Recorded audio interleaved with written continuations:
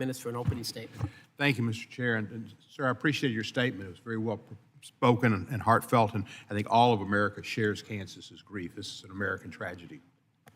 Thank you. Good morning, and thank you, Chairman Nels, for convening this important hearing, and I also want to thank the witnesses for being here to testify. Before we begin, I want to acknowledge the tragic aviation accident that occurred last week. I was up last night, and I was looking at a video of the accident that the New York Times created at 3D, and I kept looking at it and thinking, it's not going to happen. They're going to miss it. It's hard to believe that it happened. I mean, it's just tragic, and you think of the people and the pilots and everybody. It's just awful. We need to study those, and we will, and we'll find out what happened and how we can improve our system in D.C. and around the country. Last year, Congress took significant steps in enhancing air safety through the FAA Reauthorization Act of 2024. This expanded air traffic control, workforce training, improves the runway safety through new detection system, and mandates a 25-hour cockpit voice recorder to help make better investigations possible, because the recorders will be saved for investigators to study. Additionally, the bill directs the FAA to address near misses and runway incursions. We had too many of them last year, and have too many of them for any amount is too many. We need to invest in resilient airport infrastructure and enhance helicopter safety. These measures are critical and are still in the process of being implemented, but as last week's tragedy reminds us, our work is never finished. Safety must always be our top priority, and as product changes, rules sometimes change. Unfortunately, some have attempted to politicize this tragedy. President Trump immediately speculated the tragic crash at DCA was somehow caused by diversity, equity, and inclusion. Nothing has ever been the cause of DEI.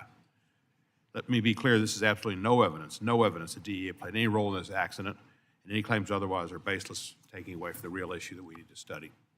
Similarly, I want to debunk another recent aviation-related conspiracy theory, the so-called New Jersey drone crisis. Late last year, social media was flooded with claims of mass drone swarms shutting down airports and threatening public safety. I thought Orson Welles had come back.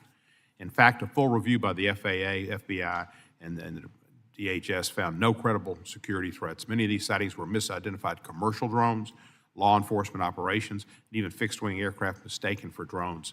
We must separate fact from fiction so that we can focus on real threats, not viral internet hoaxes, and not run to the cameras to make a statement and demand that Washington do something about it when it was nothing to be done about it.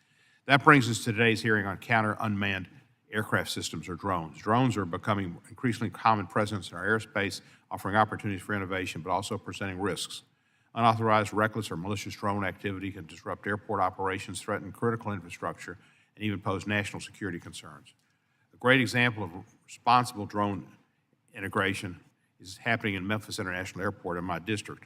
Under the FAA's Beyond program, the Memphis Shelby County Airport Authority and FedEx are pioneering the safe use of drones for airport perimeter security, runway inspections, and aircraft parts delivery.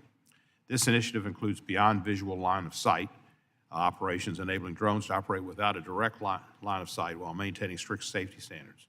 Memphis is proving that drones, when properly managed, can enhance safety and efficiency rather than create new risks and public concern. However, challenges still remain. Over the past decade, we've seen drones interfere with commercial flights, obstruct operations, and even be used for criminal activities.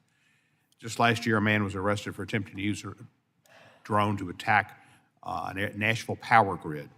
These incidents highlight why we must ensure that our laws and regulations keep pace with this technology. Last Congress, the Bipartisan Counter-UAS Authority Security, Safety, and Reauthorization Act sought to renew and reform current legal authorities that provide the DHS and the Department of Justice with critical tools to detect and mitigate credible threats posed by drones.